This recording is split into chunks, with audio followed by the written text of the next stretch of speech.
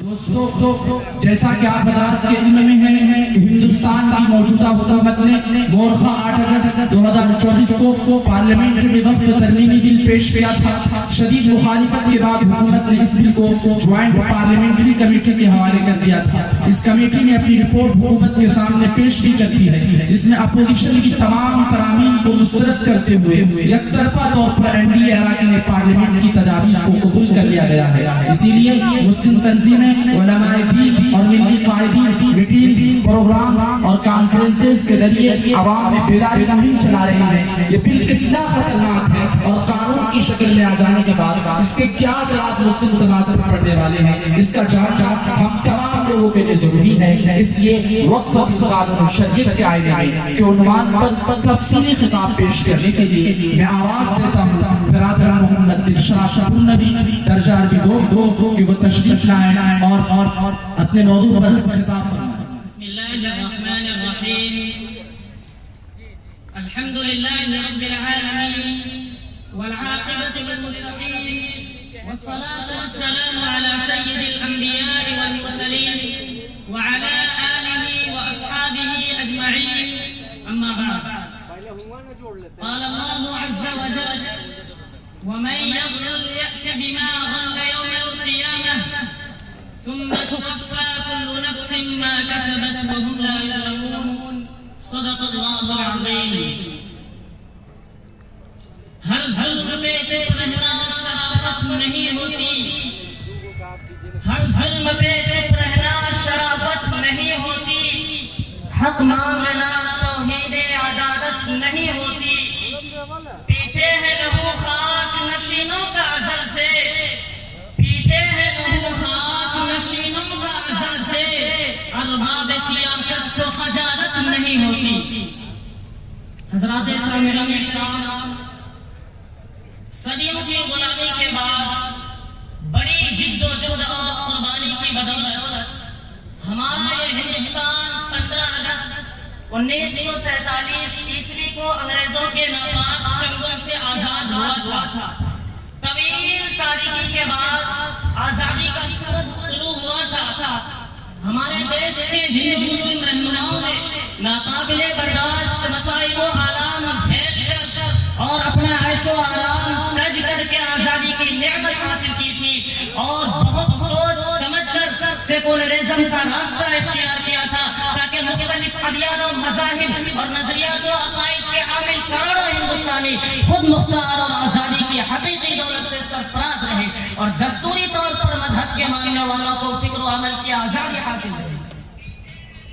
لیکن کسے معلوم تھا کہ آزاد ہندوستان وطن پرست مسلمانوں کے لیے جہنم کا بن جائے گا۔ سیکولرزم اور سوشلزم کا سہانا سپنا دکھا کر مسلمانوں کو عضو معطل بدل دیا جائے گا۔ مسلمانوں کے عبادت گاہوں اور مقدس مقامات پر مندر ہونے کا بے ثبوت و بے دلیل الزام لگا کر حملہ کیا جائے گا۔ ان کے اصل و رسوخ کو ختم کرنے کے لیے نفرت و عداوت کا پرچار کیا جائے گا۔ اسلامی نام اور قوانین پر مشق ستم کرتے ہوئے مسلمانوں کا ذہن پہنچا دیا جائے گا۔ لیکن آج یہ سب کچھ ہو رہا ہے وہ بھی اس ہندوستان میں جس کے لیے مسلمانوں نے اپنے سینے پر گولیاں کھائی، مسلم خواتین نے اپنے سہاگ کا سودا کیا، بچوں نے اپنی جانوں کے نذرانے پیش کیے، بڑے بوڑھوں نے موت کو گلے لگایا اور ہر قسم کی قربانی پیش کر کے اس ہندوستان کو دشمنوں کے ناپاک شکنجے سے آزاد کیا۔ کیا اس لیے تقدیر نے چنوائی تھی کہ ان کے بن جائے نشے مند کوئی آگ لگا؟ حاضرین گرامی، میں پوچھنا چاہتا ہوں اس کا صلہ مسلمانوں کو کیا ملا؟ کیا مسلمانوں کو امن و آشتی کے ساتھ اس ملک میں رہنا میسر ہوا؟ کیا مسجد، عیدگاہ اور مقدس مقامات محفوظ ہیں؟ کیا مسلم پرسن اللہ جس کی حفاظت اور بقا کی قسم اس ملک کے پہلے prime minister doctor Jawahar Lal Nehru نے انڈین پارلیمنٹ میں ممبر آف پارلیمنٹ کے سامنے کھائی تھی مامون ہے؟ اور خاص کر آج کا سلگتا ہوا عنوان مسلمانوں کی وقف کردہ جائیداد حکومت کی نظر وقف۔ ان وقف بورڈوں نے پہلی اوقافی جائیداد کے مقاصد کو ختم کیا اور پھر بڑی تعداد میں جائیداد کو اونے پونے داموں میں فروخت کر کے ملت اسلامیہ ہند کی ترقی کے دشمن بن گئے۔ اور ابھی کی صورتحال یہ ہے کہ خود مسلمان بھی کثرت سے وقف جائیدادوں کے استحصال میں شامل ہیں۔